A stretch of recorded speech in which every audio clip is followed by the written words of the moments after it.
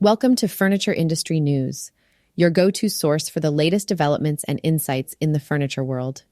In today's episode, we'll be digging into some significant trends and updates that are shaping the industry right now.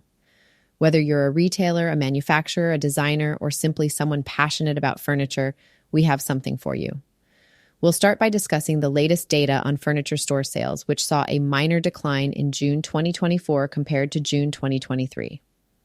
Though sales are down, the decline is not as steep as earlier in the year, signaling potential improvements on the horizon. Next, we'll explore the shifts in the market favoring Made in America furniture. Rising import costs and changing consumer preferences are driving a renewed interest in domestically manufactured furniture. We'll talk about what this means for the industry and how some companies are seizing this opportunity for long-term gains. In our third segment, we'll examine the strategic partnership between Charge After and Snap Finance to expand subprime lending options. This new collaboration aims to provide greater financial flexibility for customers, which could be a game changer for retailers. We'll also touch on a class action lawsuit against Polly and Bark for allegedly using false reference pricing. This legal battle has wider implications for the industry, and we'll explore those in detail. Later, we'll discuss the latest annual Best Retailers list by Newsweek and Statista, highlighting several top home furnishings brands. Recognition on this list can be quite influential, and we'll see which companies are making waves. Finally, we'll delve into Macy's new Bold New Chapter strategy. This ambitious plan aims to strengthen their brand, accelerate growth in the luxury sector, and modernize their operations. We'll discuss the key components of this strategy and what it could mean for their future. Stay tuned for all these updates and more. Let's get started with our first topic, the June 2024 furniture store sales. In June 2024, furniture store sales witnessed a 4% decline compared to the same month last year. While any decrease isn't ideal, this smaller decline actually hints at some improvement from the earlier, more substantial drops we experienced this year. For instance, we saw a 10.1% decline in February, followed by a 6.1% drop in March. So, in the grand scheme of things, a 4% dip, although a decline, shows that things might be stabilizing a bit. Let's dig deeper into the numbers. The U.S. Department of Commerce reported that sales at brick-and-mortar furniture stores stood at $11.1 billion in June, down from $11.6 billion the previous year. Comparatively speaking, this dip is minimal, especially when we look at the overall retail sector, which actually saw a 2.3% increase, reaching $704.3 billion in sales. It's worth noting that other retail sectors faced their own struggles in June.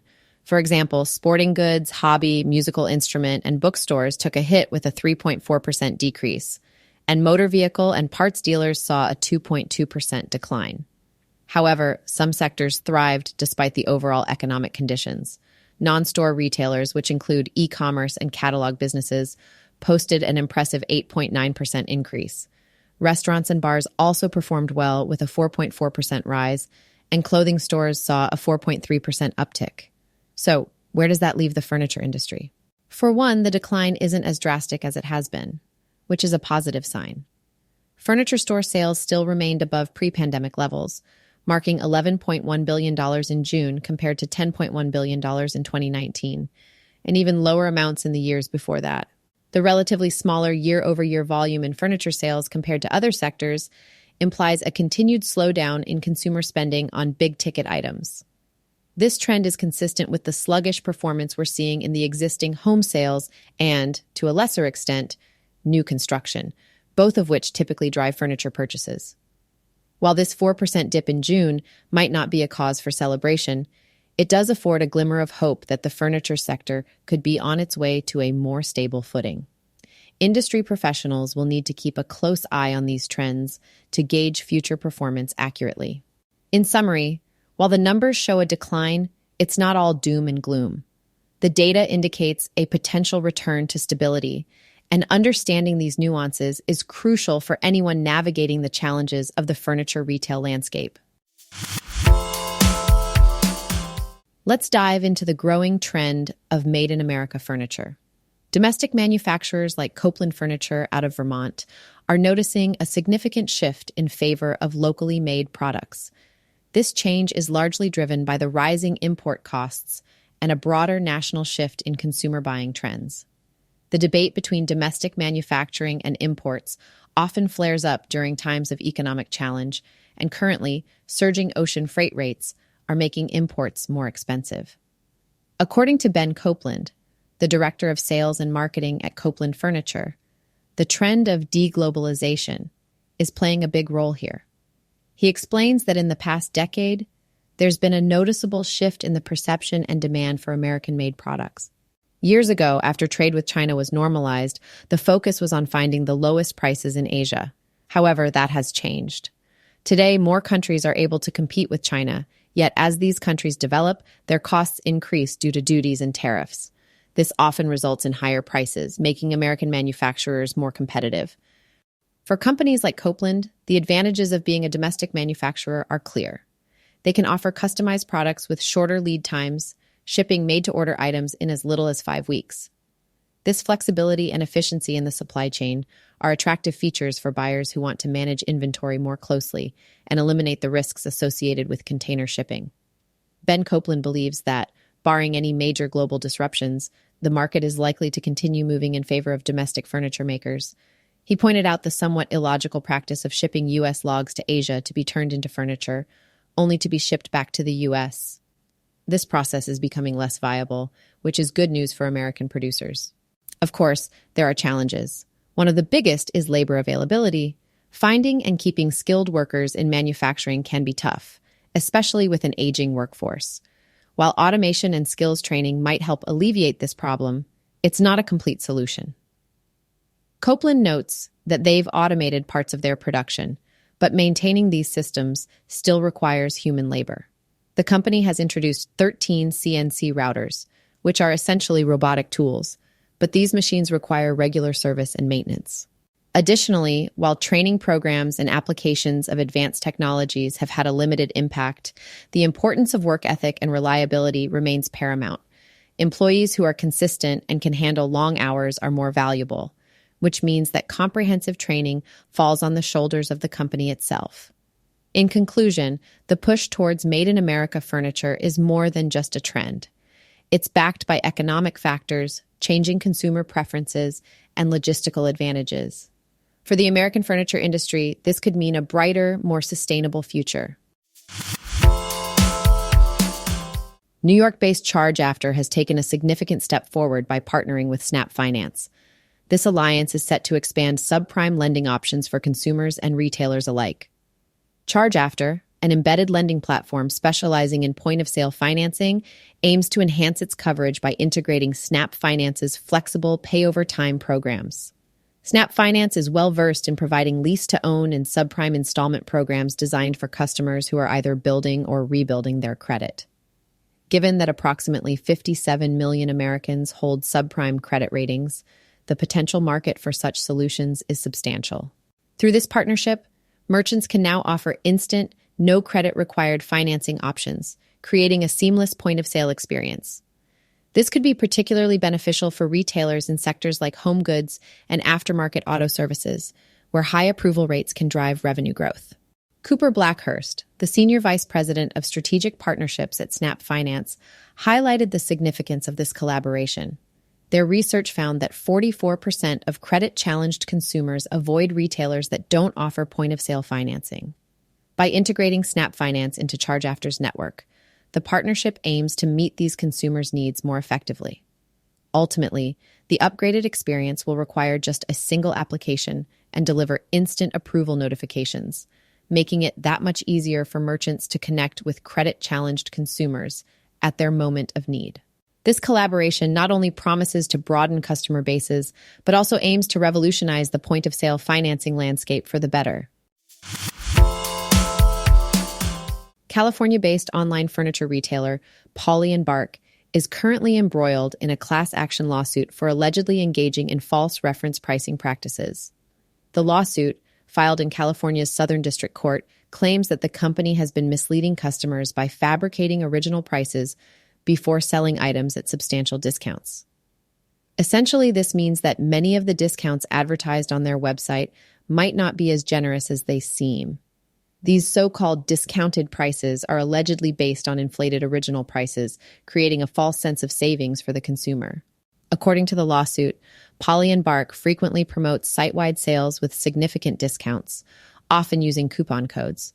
For example, a product might be shown with a regular price and then a lower discounted price, suggesting shoppers can save a specific amount. One example provided in the lawsuit features stools bought by the plaintiff, Jennifer Adams, which she claims were still being offered at a discount long after her purchase.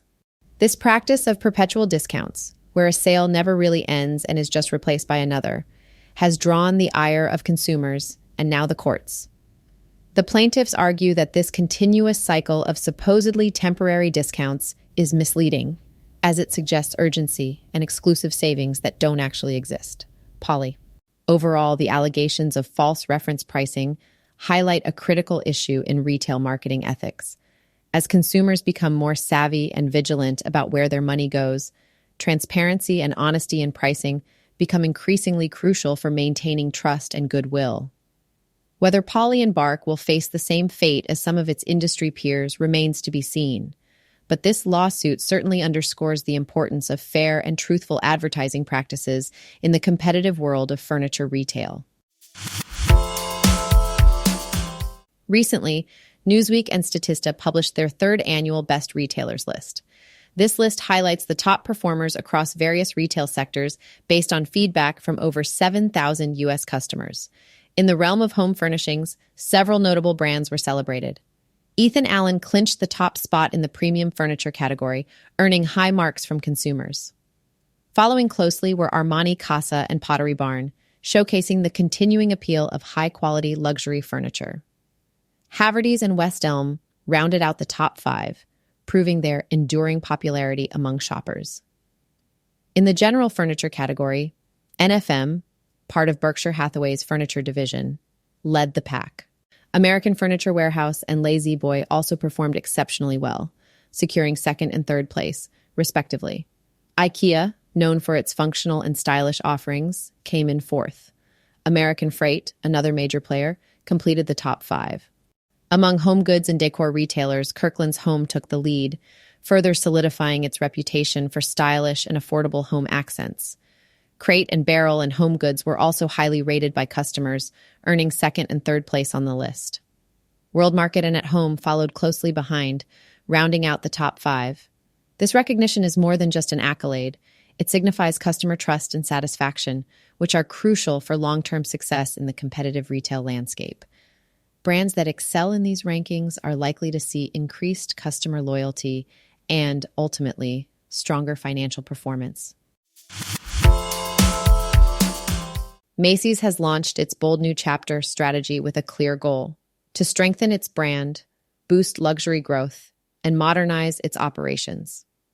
This transformation plan, which started last February, is ambitious and already showing promising signs. First, let's talk about strengthening the Macy's nameplate.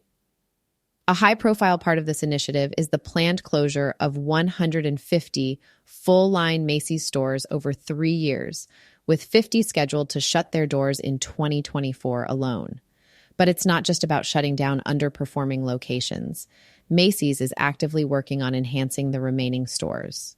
They launched a pilot program called the First 50 Stores, which serves as a testing ground for new ideas. These stores have seen improved merchandising and new in-store events, resulting in a 3.4% increase in comparable sales during the first quarter. In addition to optimizing existing locations, Macy's is expanding its small format stores.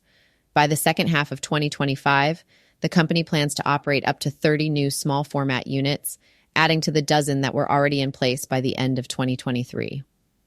Next, let's dive into luxury growth. Macy's isn't just about its namesake stores. The company also owns Bloomingdale's and Bluemercury, and these luxury brands are on track for significant expansion. Over the next 3 years, Macy's will open about 15 new Bloomingdale's stores and 30 new Bluemercury locations. Plus, they're looking beyond their traditional coastal markets to new areas, potentially broadening their customer base. Modernizing operations is the third pillar of Macy's strategy. The retailer aims to overhaul its supply chain, streamline fulfillment processes, and enhance inventory management with a scalable technology platform. The first 50 stores are also utilizing technology to boost efficiency, ensuring that staff are available during peak times in crucial departments like shoes and high-ticket items. Macy's reports that these three strategic pillars are gaining traction across the company. Early wins and omni-channel initiatives are contributing to a steady pace of success. As the implementation progresses, Macy's aims to create a more efficient operating model that better serves customer needs. In summary, Macy's Bold New Chapter strategy is not just about closing stores. It's about reinventing the brand for a new era. By focusing on smaller store formats, expanding luxury brands, and modernizing their operations, Macy's is positioning itself for a brighter future. Thank you for tuning into this episode of Furniture Industry News. We hope you found our commentary insightful. Don't forget to subscribe to our podcast to stay updated with the latest industry news and trends. Catch you next time.